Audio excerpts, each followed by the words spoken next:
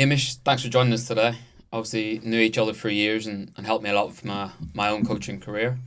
Um, uh, a psychologist, not a sports psychologist, a psychologist that works with athletes. You've obviously worked with multiple sports: AFL, rugby, tennis, swimming, and football. Um, with a lot of the top stars, I think, here and also clients in America. That's right. Um, just first of all, is there any main differences or similarities you see between the people you help in football and other sports in Australia? Yeah, there's a lot.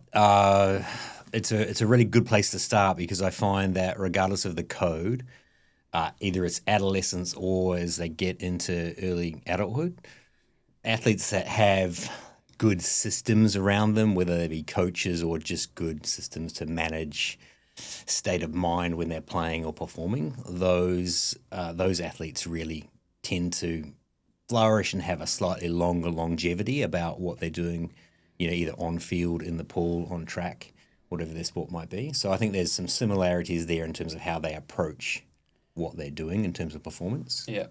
Uh, is there any main differences that you see? In the adolescent space, there is. I think some codes that I work with, when adolescents are getting very good, pre-elite, sort of representing state, maybe even world ranking if they're swimming or playing tennis. Some of their schooling changes. So in a couple of codes, particularly tennis and swimming, some of them are homeschooled at a moderately young age.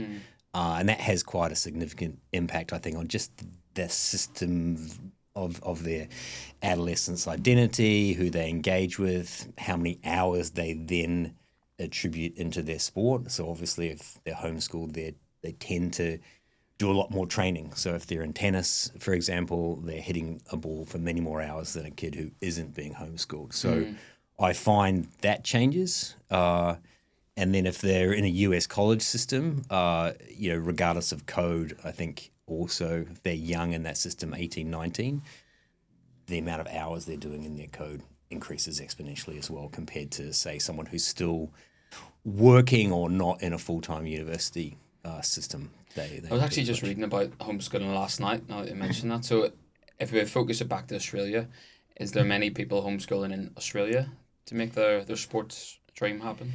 Primarily it's happening in tennis. Okay. And a little bit in swimming. In football, in our round ball code, not so much. I think in round ball football, what you start to see happen in schooling changes is you see a lot of the sports schools or the schools that are referred to as sports schools play a moderately sizable impact where you have academies or football or AFL programs run in those sporting schools, and that does dictate to some extent what kids are doing in those environments.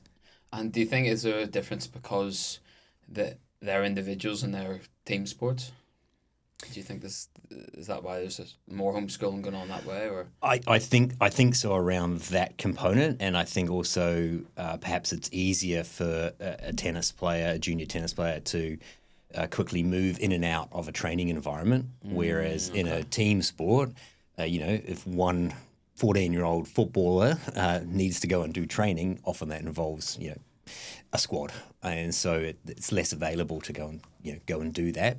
Whereas with an individual tennis player, it's pretty easy to go and get court time and go and do that work before going back into a school environment. And do you have the same problems, or do you treat people the same in individual sports and team sports? Does it look, because obviously people from team sports come to you as an individual. Yeah. So does it start to look, obviously no problems the same, but does it start to have a similar pattern, or does it look very different? Yeah, it's a great question because there's similarities and then there's differences. If I stick to the similarities first, the similarities in both team and individual sports tends to be a difference in perceived performance between a training environment and then a match day environment for football. So generally, when I talk to a swimmer, a tennis player or a footballer, often I'll hear either from a coach, a parent, or from the adolescent that their training's going really well. They're easily able to do maybe what the coach is wanting them to do. But then when it comes to match play or an event, a meet, they don't perform at the same high level. So that's very consistent across individual and team sports. And then the differences start to emerge when you look at what's happening in a team, the system around the team, what's happening particularly influencing around parental sideline, either in a training session, as you would know, or in a game day session, and then also the influence of the coach or coaches in training and a game day session as well. Those are really important inputs that do have a big impact. And just curious, it's popped into my head, but do people from team sports who come to see you, would they, I don't know if blame is the right word, but, blame their coach more for problems as opposed to people in individual sports knowing they maybe only have themselves to blame a bit more for things going wrong? It's a really good question. Not always, but I think in some codes, in the football code, so round ball, our football code, as well as AFL, rugby league, you do have some noise around selection, as you would know in round ball, certainly. So you do have this little noise, perhaps sometimes, which sometimes is parental noise about, why is my son or daughter getting X amount of game time where they might think they need more, or, those issues do come up a little bit. That comes up time to time. I thought so. And are the people themselves, do they have different traits? Because people in team sports, they still a lot of the time have an ego of wanting to be the main person of the team. But individual sports, they know they only have themselves. Do you see different traits in those people, or it's pretty similar? It can be similar. I think in an individual sport, you can only problem solve yourself, right? Whereas in a team sport, we want our adolescents to be problem solving all the time. You as a coach want them to be problem solving on a field, and sometimes that problem solving might be led by other players around them in football or with instruction from a coach. Whereas in an individual sport, those luxuries aren't always there, depending on the code. So I think the personality traits are often similar, but the ability to problem solve in both of those settings, individual or team sports, is really where I kind of come in and do a lot of my work, because what underpins problem solving is the ability to be resilient, to manage emotions, to be fast with decision making, and that's kind of where I come in and assist with athletes. And I guess one of the buzzwords used by, I guess, society these days, but then in football from parents and from, I would say, teenagers definitely, is anxiety. So I just wonder if you could provide a bit more clarity on when it is actually clinically anxiety and when it's maybe nervousness or you just don't like dealing with something. Yeah. It's a term more commonly used because I think just in society generally, as you know, we've reached a point where, a lot of things are talked about much more openly than they might have been 10, 15 years ago, not just anxiety, but other things generally. I think with teenagers, adolescents in a school setting as well as in a sporting setting, so, 10 through 18 or so ages, what we've lost a little bit is we've sort of lost the allowance of adolescents to experience a range of emotions. So, when you've got players out there on a field, they're going to, at some point, hopefully if you're training them really hard, get a real burn of lactic acid. And we allow that. We almost want them to experience that lactic acid so they know what that is, and they know that they've therefore got to get fitter to get through a training program, or they've got to go and get water, or they've got to rest, they've got to get conditioned so they know what that sort of feeling of lactic acid is like. Getting nervous is exactly the same. I want an athlete to understand what it feels like to have a normal range of emotions, and being nervous is a normal range of emotions.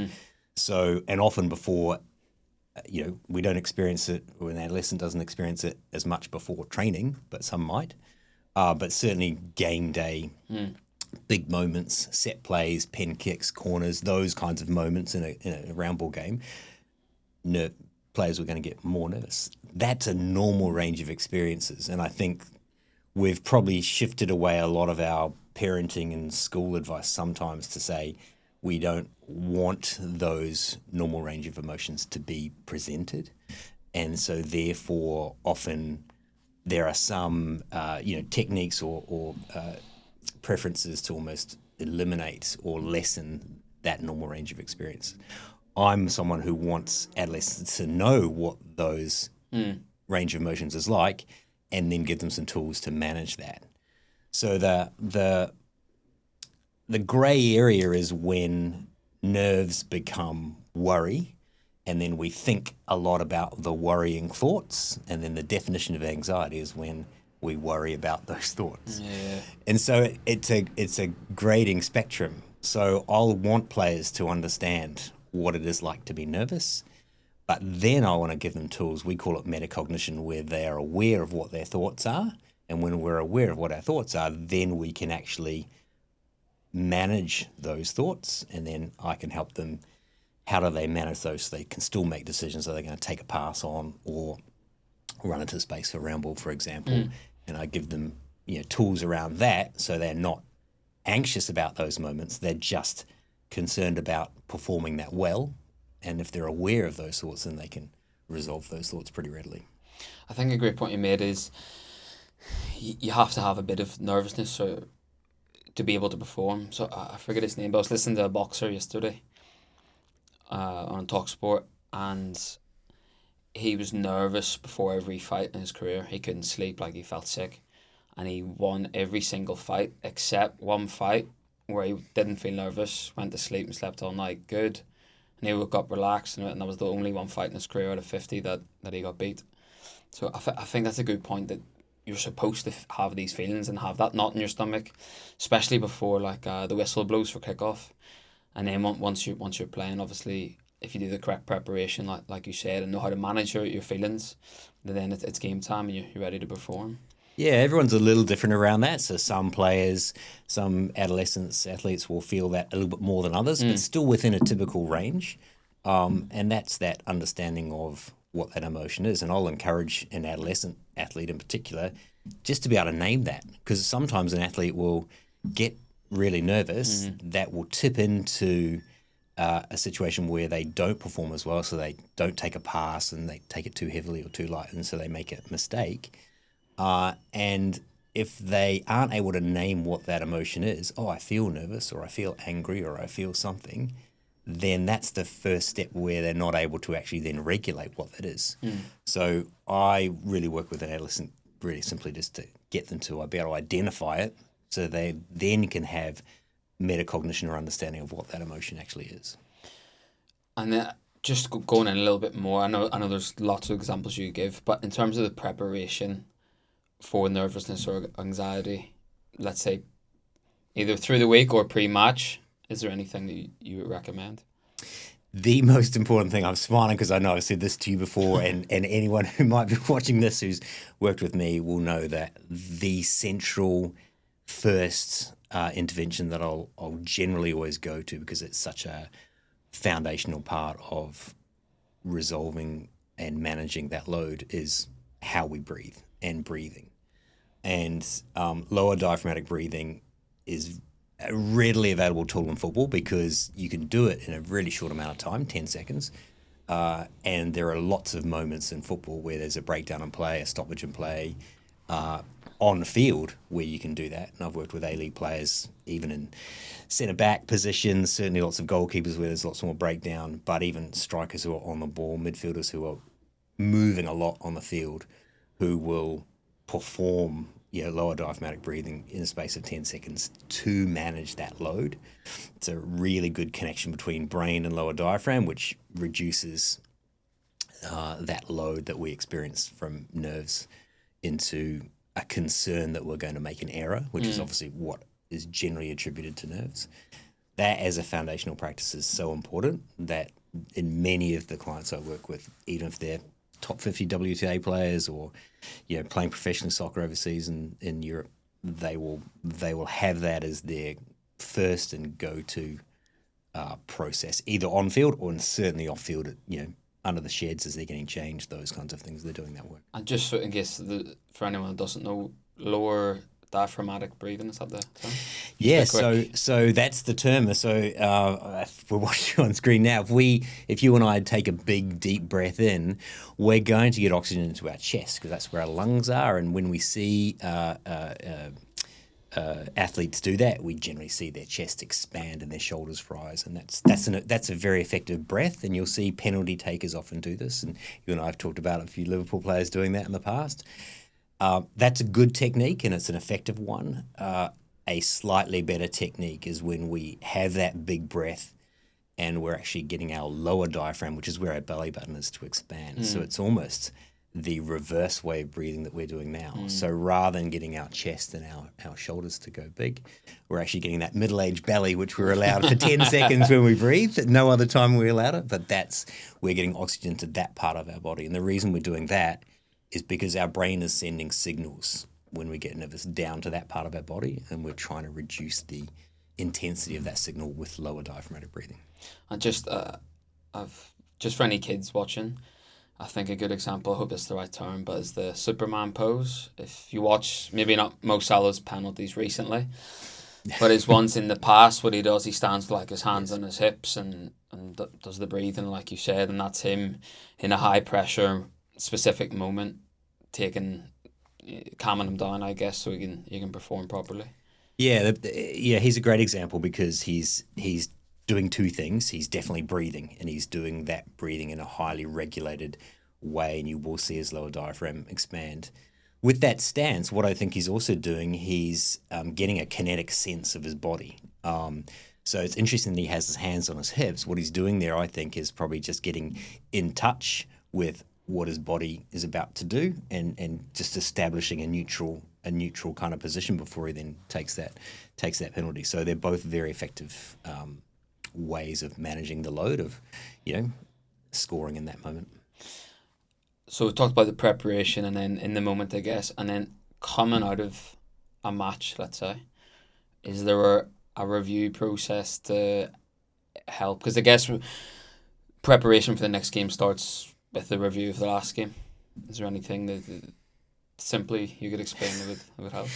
I'm smiling because my first answer is going to be not in the car on the way home, and we've talked about this before. So that car ride home is gold for parents, and I think it's a really important time, and it's a really valuable time for an adolescent as well as a parent, because everyone being busy, if it could be a 35-minute drive or an hour and a half drive with football, especially around Australia, that length of time, that's precious time for an adolescent to have time with a parent or a carer. So definitely I would be eliminating a debrief or a review in that time. There's other really important things to talk about.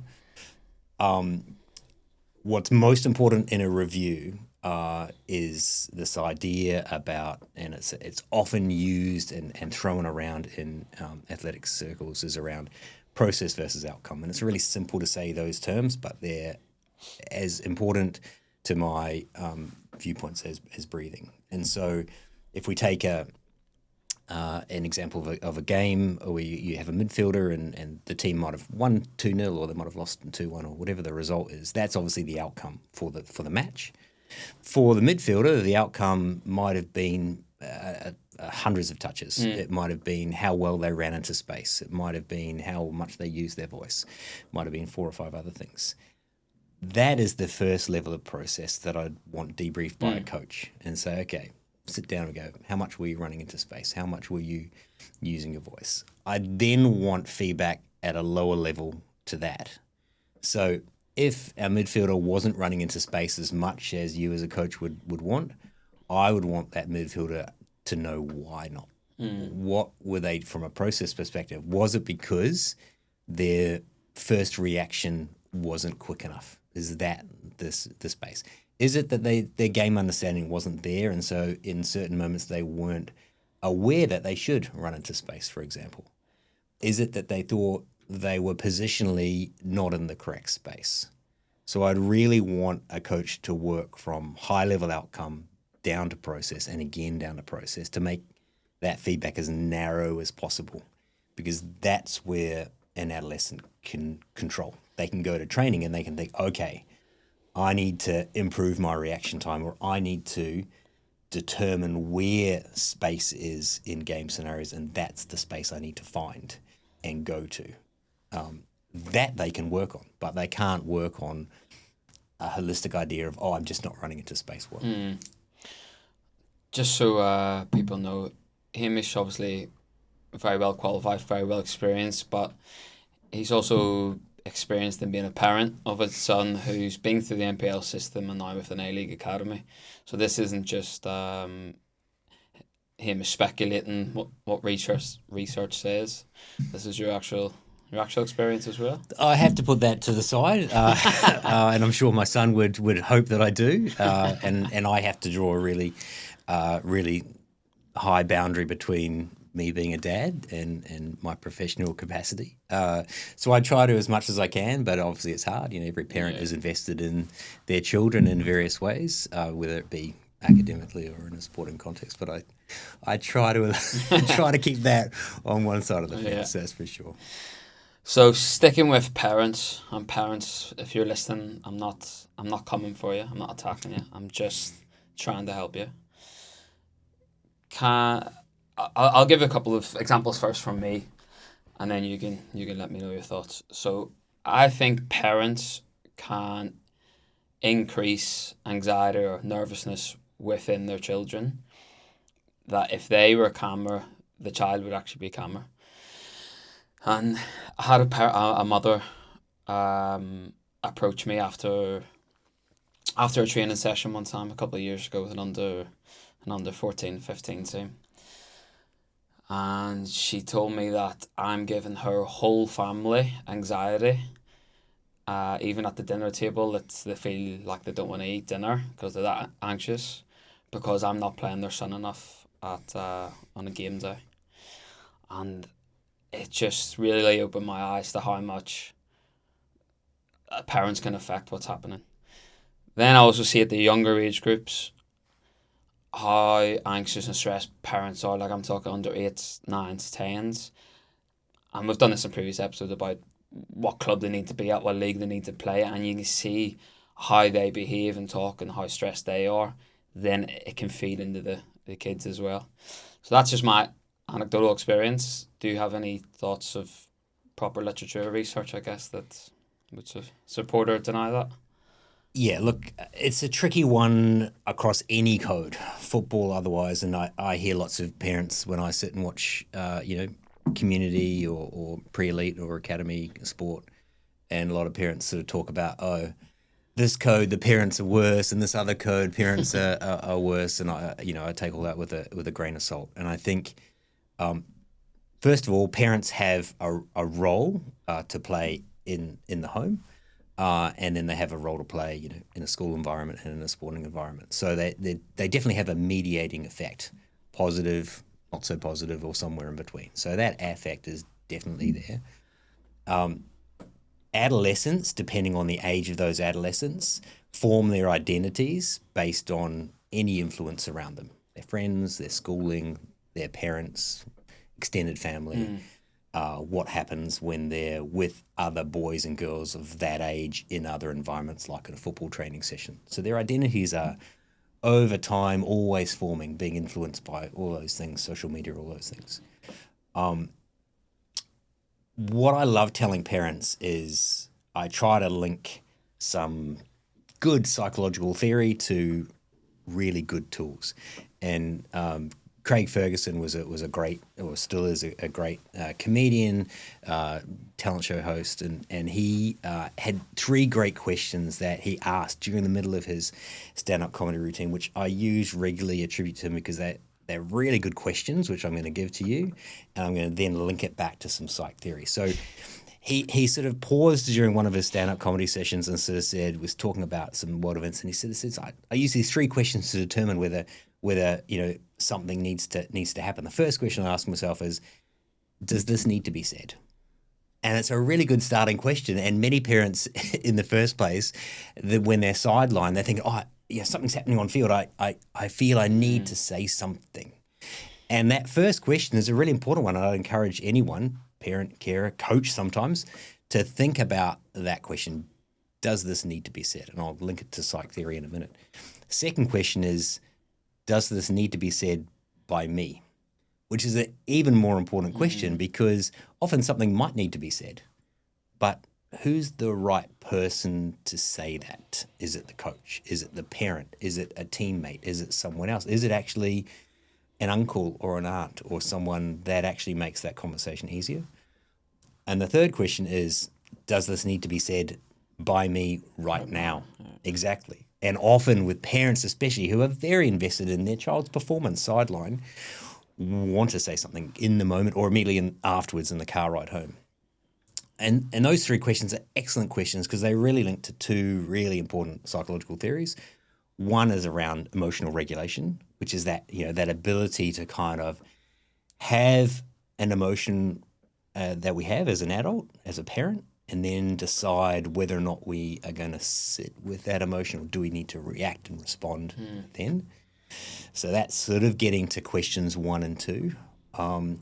And then the second psychological theory is this idea of metacognition, being aware of our thoughts. Do we know what we're thinking and why we're thinking them, which is especially important for the second and the third questions in those three questions.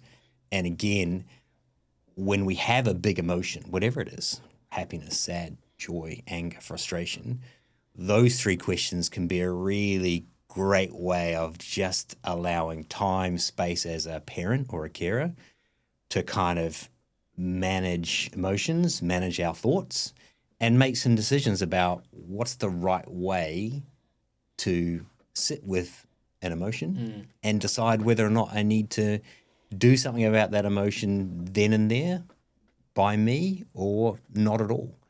And I think with parents anywhere when they're watching a sport that's participative, so swimming less so, tennis definitely, football definitely, other football codes, there's a lot of keenness to make the results binary.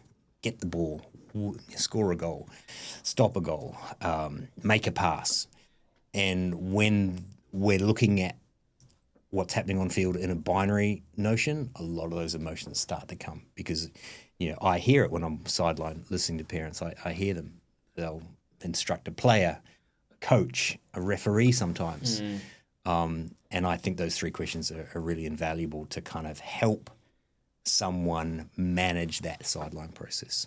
I think someone told me before, anything to do a parent with their child is highly emotional, and football and sport, I guess, but football is highly emotional. And then when you put the two things together, that's where you just have this melting pot of emotions exploding, I guess, sometimes. Do you find any difference, maybe, I don't know, I don't want to get in trouble for this one, but do you find any differences between mothers or fathers that are more involved in their child's sport? It's a good question. What I notice is just availability. So if the adolescents are not of driving age, they generally have to get to training in some means of transportation. Okay. These days, most of that is in a vehicle as opposed to public transport. That's the norm. What I typically see is in round ball football, I would say that predominantly, even as we get closer to driving age and then driving on Ps, the father is more likely to do that. That's just what I noticed. It's anecdotal. There's no research on it. Yeah. So I think it comes down to availability as to who's available to do those things. In terms of response, what I hear sideline is I tend to hear in round ball, I tend to hear more male voices, but I think in NPL and those kinds of environments and either non-NPL round ball, more males are watching sideline than females generally. I don't know if that's your experience as a coach when you see the stands or see the sideline. Do you see more males sideline than females? Or is it about 50-50? Good question. I think maybe it changes with the age yeah. as you get older, like you said. Now that I'm thinking about it, it's more males. But what I've noticed is there's definitely a lot more mums are involved. I even think maybe with the younger age groups, I'm just thinking, like you said, it makes sense now. You're saying availability for driving them. So when those watching training for our age groups under 7 to 11, let's say, it's all mums. Yeah. Whereas I don't know yeah, just thinking about it now, the availability, I think it's a good point. But I'm thinking when I was training, it was just dads, but maybe we trained a bit later, Yeah. potentially. But But it's interesting you bring up training because when I look at tennis, AFL, and round ball football, and I look at who's watching training, it's interesting. And I've been in this game for decades, and I would say over the course of those decades, I see more and more parents and carers at training. More yeah, so than yeah, they used to yeah. be, and it's difficult because you're there for 90 minutes, 2 hours maybe. You've got to leave your place of residence early to get there. But years ago, I would know that parents are then dropping and then going off in groceries or doing some other things whilst their son or daughter is training.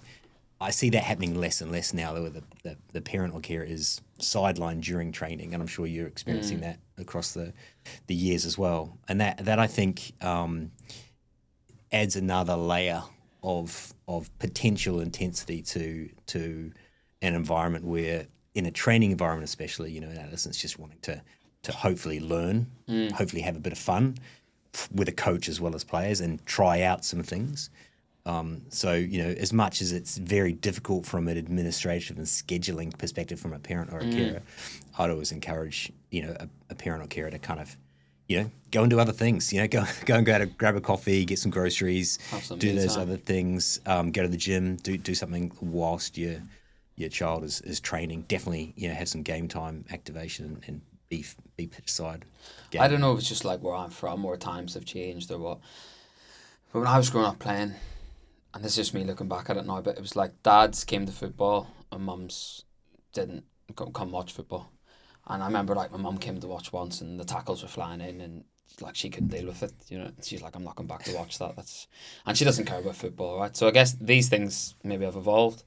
But now looking back at it, I mean, my dad didn't give me the quiet car journey home, yeah, so it wasn't like that. So I got the riot act on the way home, but then because I came in the house, my mum couldn't care less about football. Then you probably get that balance where you're getting a bit of both. You're getting a bit of arm around the shoulder, but you're also getting what needs to improve, which I still think there's a bit of a place for, if I guess if your dad knows what they're talking about. All right, so when my dad gave me feedback, you were dreading getting in the car, but next week I did do that, and then it does make you better. So, but I guess what I'm trying to get to is now I think because both parents are so involved, I just wonder, do kids get in the car? Like, I don't know, but do kids get in the car and there's two parents going out and they're not getting the same balance of feedback? I think regardless of what's being said and whether it's both parent or one parent, I think it speaks to a systemic response in sporting codes in Australia, which is we need to do more. Yeah. So more training, more hitting tennis balls, more kicking balls in a very structured way. So, you've got an adolescent in round ball soccer maybe training 4 times a week, maybe at 9, and then the parent might be looking for 2 gym sessions and a strength and conditioning person and a sprint trainer at 9 or at 10. And I can, give you as many documents as you want, research that says quantifiably that's not going to necessarily develop a player. What's most important as opposed to quantity is the qualitative difference that happens in training sessions, which goes back to that comment around process I was talking earlier. If I give, a player an extra 4 hours of intense training per week, there'll be a gain of that person's ability, but it will tap out, and other players will catch up at some point. We know this through research. What does make a difference is whether that player qualitatively understands. So if you're able to work with an individual, 1 player or 4 players, and actually give them qualitative coaching that says, when you're doing X, this is working, but when you're doing Y, it's not working, and they really understand the difference between X and Y qualitatively, they will improve exponentially. But if you tell them do X and then do Y and you just need 2 more hours, that will not work. And that is exactly what happens in good schooling environments. When an adolescent is in a school environment and they know qualitatively why they know how to do maths problems in one way but not another, they'll be good at maths. But if they're just told to spend 2 more hours trying to do maths, they're sitting there struggling without any idea of how to go about doing that maths problem. So 2 things there. One is that, like you said, the amount of research that shows, like over time and later development, it all balances out the training and how much you do at a younger age. So for parents that are anxious themselves or get worried that their kid's getting left behind, I think a bit of patience and just trust the process. And also mothers, I just want you to know I'm not coming for you, attacking you. I'm just giving you a bit of feedback of my time coaching. Just a little bit. One thing for coaches that are listening that you told me that really helped me and I've seen a big difference with is you obviously give your team talk before a game to the group and discuss whatever you need to do, tactics or what you're doing collectively. But then when they're out in the pitch just before kick-off and they're all kind of in their position, is go around and speak individually to each player and just give them one little thing just before the start and then to do before half-time, before the game to focus on. And that's going to resonate with them much better than when you speak to them collectively. And I guess, yeah, just is there anything else you would add to that or articulate it better than I have? Well, no, I think you've articulated it really well that what you're doing there is you are giving them a little bit of that qualitative instruction. And when it's individualized, a player in a different position knows that they've got a particular job to do, even if it's in concert with other players on the field. But the other thing that's doing is it's enhancing your relationship with that player so that individual as an adolescent over time in a training session or in a game day session goes, oh, Lewis understands me. He knows how I like to receive information, or he gets that I think about my football this way and not this way. And that's enormously powerful. And an adolescent in a school environment, what's that from their teacher? You go and ask any adolescent, any of the players you coach, what are they like? Who are their favourite teachers? They're going to say the teachers that really understand them, have a way that resonates with them, makes the class interesting or fun. It's not for any other reasons, for the same reasons that they want a good coach, because they connect with that coach, they're learning something from that coach, and that requires a balance between group, team instruction and individual instruction as well. Definitely. Hamish, we'll just finish off with a few quick fire questions. No, I'm worried about these. I've seen them come up. What club do you support? I support Tottenham, and for reasons that might be surprising. The reason is I grew up in New Zealand, if that accent hasn't become clear on this podcast. And back in the day, decades ago, I played for a club which was called Pakuranga, a Maori name. And back then, before IP was even a thing and legal teams really existed, that club and every other club in New Zealand would assign famous clubs as their JDL kind of teams, and I was assigned Tottenham. There was a West Ham, a Man United. They didn't have any Scottish teams. They had all the English teams, and I was assigned Tottenham at age 7. So that's how I've followed them from age 7. Former child abuse? Yeah, adult abuse now because, I look at that table and it's nervous times. You're going to stay up? Going to stay up. Yeah? Yeah, going to stay up. You always got to believe. You got to believe. Yeah. Hope. Will New Zealand win the World Cup in your lifetime? In my lifetime, they won't. I'd love to say they won't. Will Australia win the World Cup in your lifetime? In my lifetime, they won't. Nah. No. They just need good systems. And they'll get good systems, but not in my lifetime. Oh, okay. What's the easiest position to play on the pitch? Really good question. I reckon the easiest position is a winger. A winger? A winger, because I think directionally, even in the modern game, directionally, they've got a bias where they don't need to be as directionally diverse as a midfielder or even a wing back. So I'll go a winger. Oh, first one that said that. I like it. What's the hardest position on the pitch? You know I'm going to say keeper. Why is that? I'm going to say keeper. It's binary. You know, you look at the media and you look at teams, A-League competitions, teams that sort of celebrate goal of the week.